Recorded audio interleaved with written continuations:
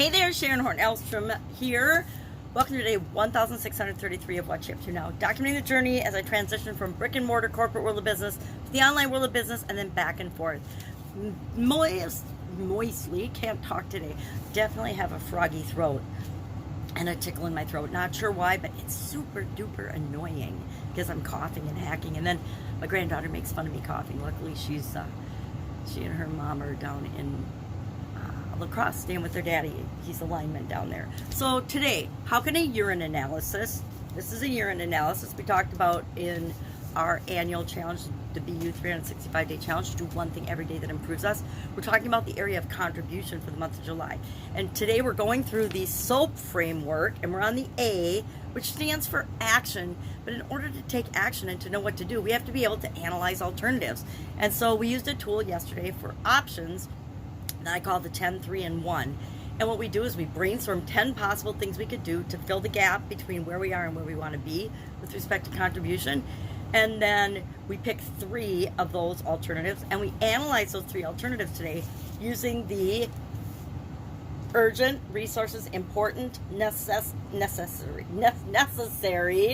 and energy or effort required. And we come up with a number, and the one that gets the highest number, the way I do it, is the one that I'm going to take action on. I'm going to take some action today to start to implement one of my 3 options. And I shared my 3 options in the annual challenge. You can check that out on the BU 365-day challenge guide in the Get Up and Go private group page. You just have to share your email and say you won't spam in order to get into that group, and then you have access to not only the 195 lessons that we've done this year so far, but the previous 10 Get Up and Go challenges that we did in 2020 and 2021 during the pandemic. We did a 30-plus day Get Up and Go challenge 10 times in order to keep us moving in a positive way during the pandemic. And we focused on actually all the 9 areas starting April of last year. Before that, it was just 7 areas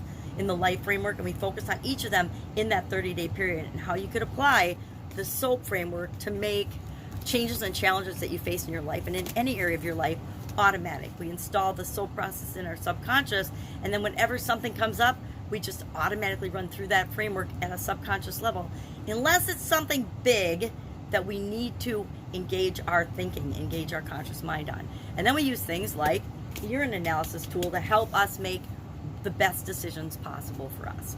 So we were talking about, for Supersize Your Business today, our idiom was to save someone's skin.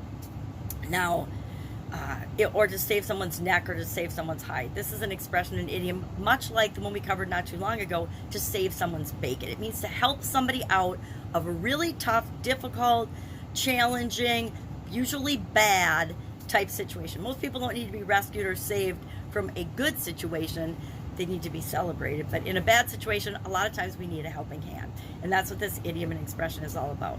So I talked about the difference between different industries and different types of businesses that I've personally been involved in.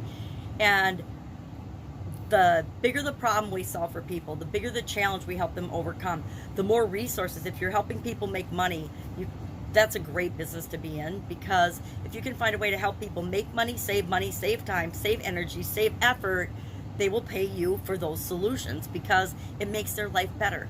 Our businesses, the more we make people's lives better in some way, shape, or form, the easier it is to grow and build and supersize this business. And I shared, hey, I was in the Italian food business for 35 years, Italian food manufacturing, and the problem we solved for people was, what you're going to eat, what's for dinner. And that's a relatively small problem versus helping people to invest in real estate or to build their own real estate businesses and empires, or to help people out of a foreclosure or a problem with their house. If they're losing their house, we help with short sales, foreclosures, and different investments and things. So we made a lot more money per item, per house, per project that we did in real estate than we did selling a package of handmade ravioli or red sauce or white sauce or garlic buttered bread.